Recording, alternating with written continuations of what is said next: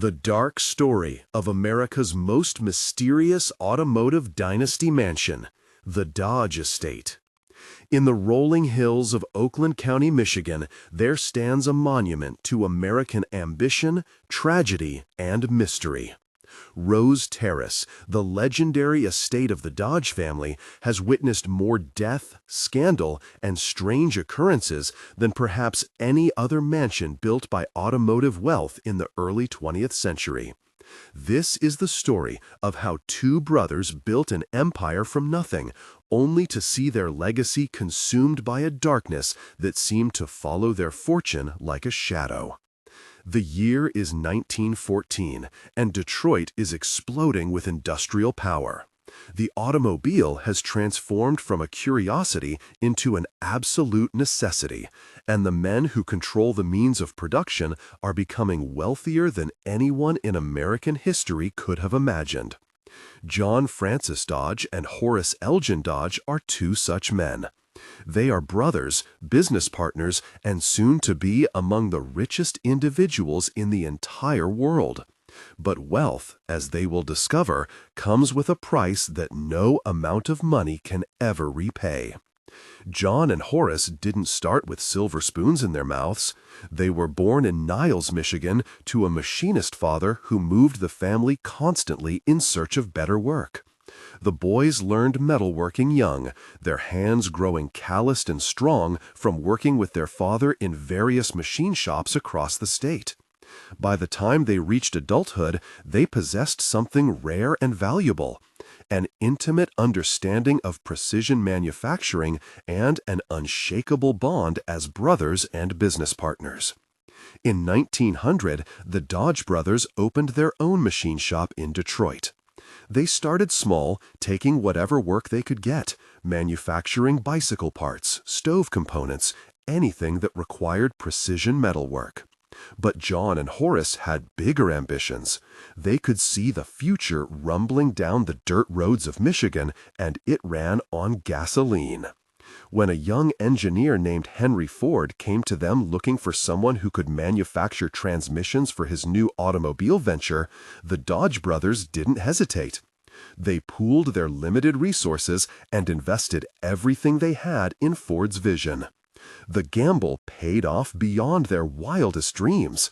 The Dodge brothers became Ford's most essential suppliers, and as Ford's Model T revolutionized American life, the Dodge brothers grew phenomenally wealthy.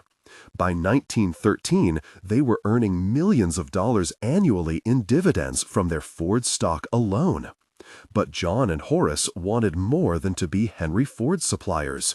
They wanted to build cars under their own name, to create their own automotive dynasty. In 1914, the Dodge Brothers Motor Company was born, and with it came the first hints of the darkness that would plague the family. The brothers launched their first car, the Dodge Model 30, to immediate success. It was reliable, sturdy, and well-priced.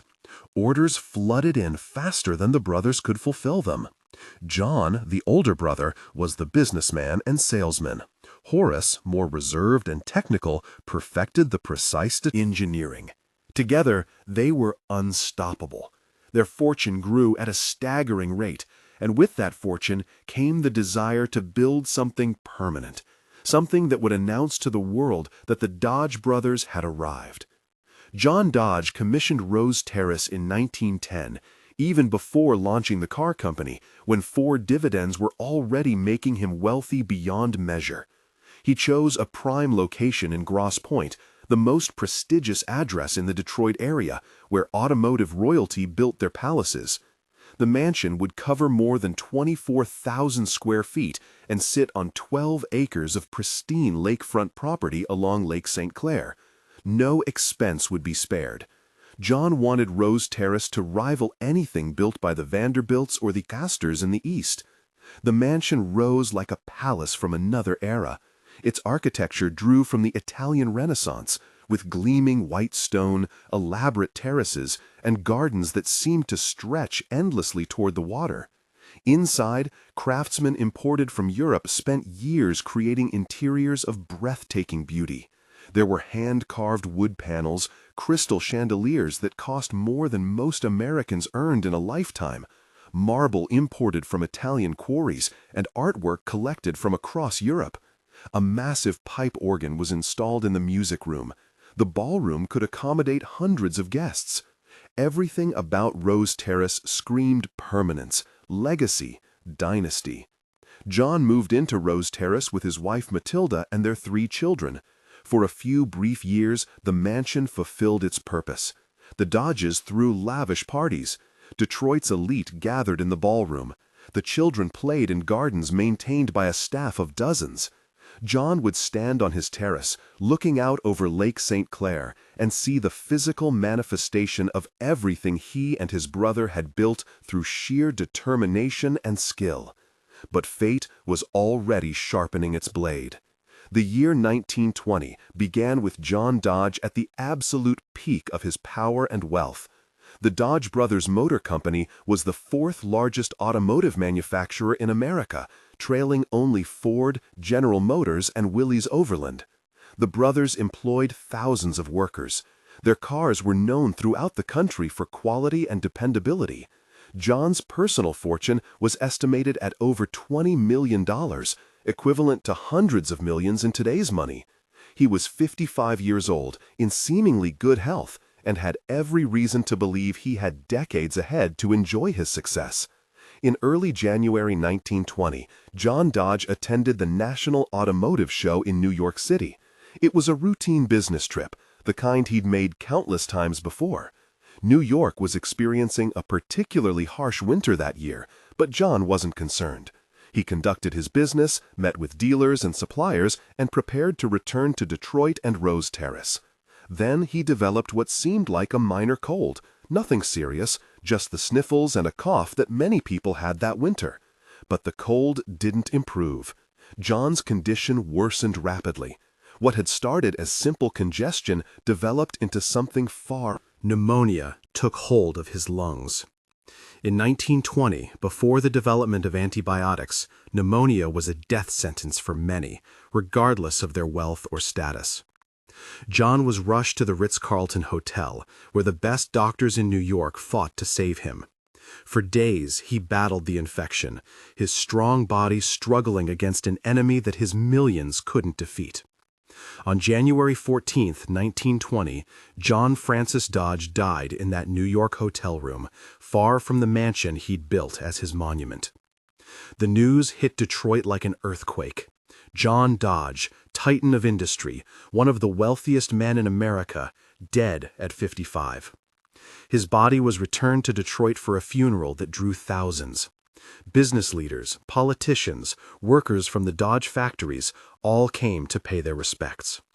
John was buried at Woodlawn Cemetery in Detroit, and Rose Terrace entered a period of mourning. But the darkness was far from finished with the Dodge family. Horace Dodge was devastated by his brother's death. The two had been inseparable their entire lives. They'd worked side by side since childhood, built an empire together, trusted each other absolutely. Horace wasn't just mourning his brother, he was mourning his other half, the person who'd made everything they'd accomplished possible. Friends noted that Horace seemed to age years in the weeks following John's death.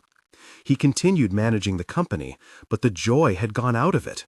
The purpose that had driven him for decades had died with his brother. 11 months after John's death, Horace attended the New York Automobile Show, just as his brother had the year before. And just like his brother, Horace returned from New York feeling ill. The symptoms started the same way: a cold, a cough, nothing that seemed particularly alarming. But Horace's condition deteriorated with terrifying speed. The same pneumonia that had killed John now attacked Horace. Despite the best medical care available, despite desperate attempts to save him, Horace Elgin Dodge died on December 10, 1920, just 11 months after his brother, at the age of 52. The Dodge family, the workers at the Dodge factories, and the entire city of Detroit were stunned. Two brothers, healthy men in their prime, both dead within a year of each other, both from the same illness, both after attending the same event in New York. It seemed impossible, like some cosmic joke or divine punishment. Conspiracy theories began circulating immediately. Had the brothers been poisoned? Was there something in New York, some environmental factor that had killed them both? The timing was too coincidental, too cruel to be simple bad luck. The most likely explanation, though no less tragic for being mundane, was the influenza pandemic that was still affecting the world in 1919 and 1920. The Spanish flu had killed millions globally, and pneumonia was a common secondary infection that often proved fatal. The brothers, despite their wealth, were no more immune to viral infection than anyone else. But the explanation did nothing to ease the sense that something dark and terrible had befallen the Dodge family. With both brothers dead, Rose Terrace passed to John's widow, Matilda. She found herself a wealthy woman in charge of a mansion that must have felt like a mausoleum. John had built it as a symbol of triumph, but now it stood as a monument to loss. Matilda continued living there with her children, but the house had changed. The laughter was gone. The grand parties ceased. Rose Terrace had become haunted, not necessarily by ghosts, but by the weight of tragedy. The Dodge Brothers Motor Company was sold in 1925 to an investment group for $175 million, one of the largest business transactions in American history at that time. The widows received a fortune from the sale, but money couldn't restore what had been lost. The company eventually passed through several owners before being acquired by Chrysler Corporation in 1928, where the Dodge name survives to this day as a division. But the dynasty that John and Horace had envisioned, built on their personal bond and shared vision, died with them in 1920. Matilda eventually remarried and moved away from Rose Terrace, unable to live any longer in the shadow of John's memory.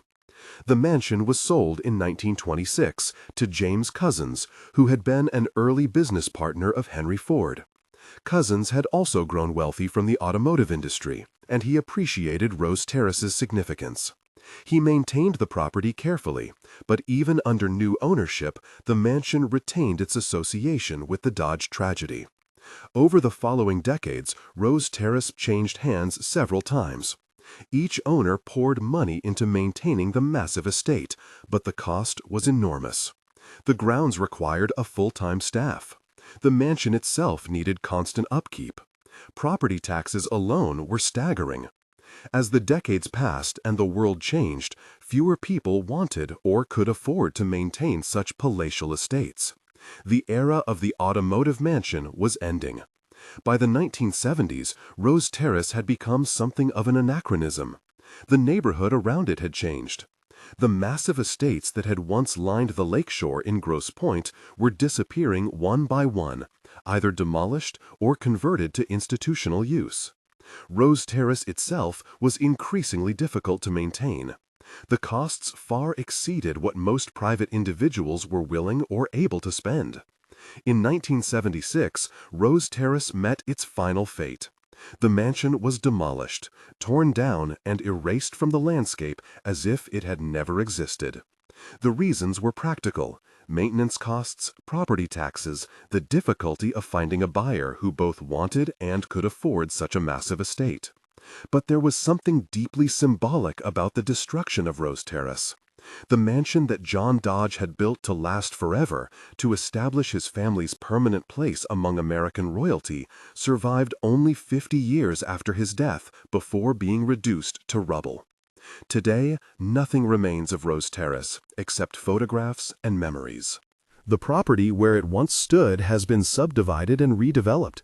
Modern homes occupy the land where John Dodge once stood on his terrace, surveying his kingdom. The magnificent gardens are gone. The ballroom where Detroit's elite once danced is gone. The organ, the chandeliers, the imported marble, all dispersed or destroyed. It's as if Rose Terrace was always meant to be temporary, despite all of John's efforts to create something permanent.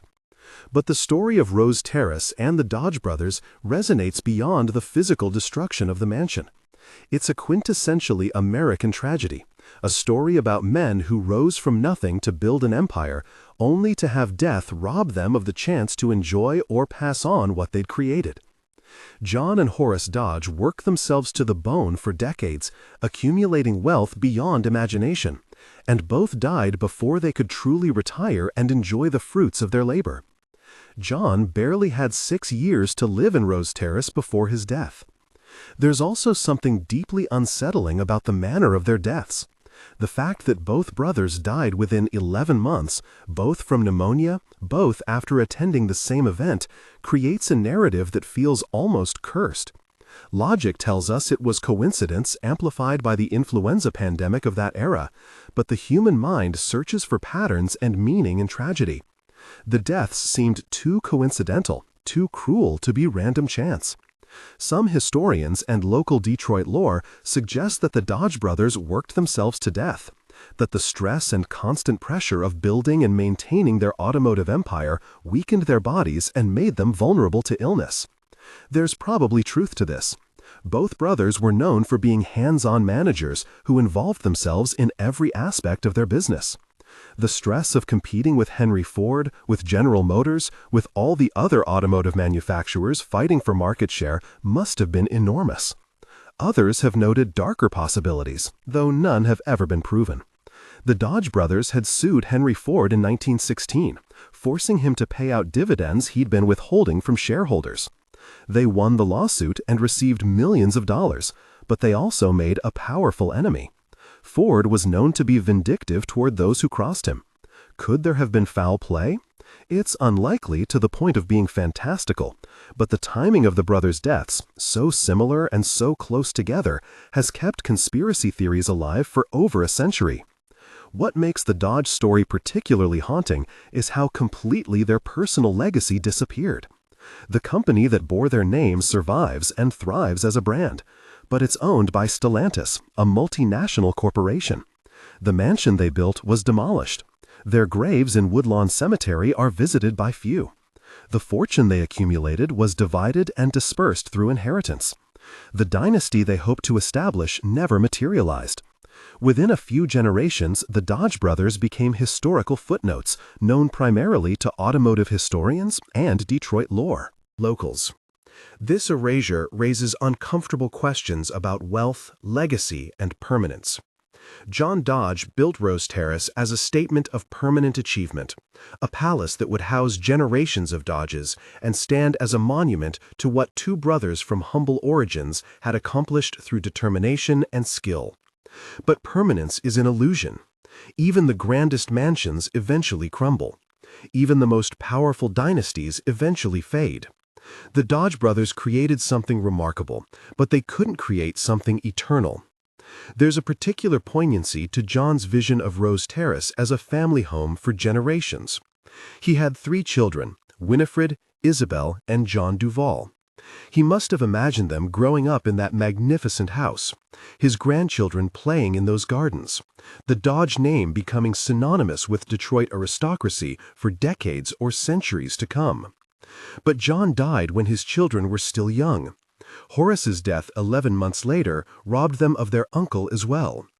The children grew up in the shadow of tremendous wealth and tremendous loss. The destruction of Rose Terrace in 1976 was, in some ways, a mercy. By that point, the mansion had become a ghost, a reminder of an era that had passed.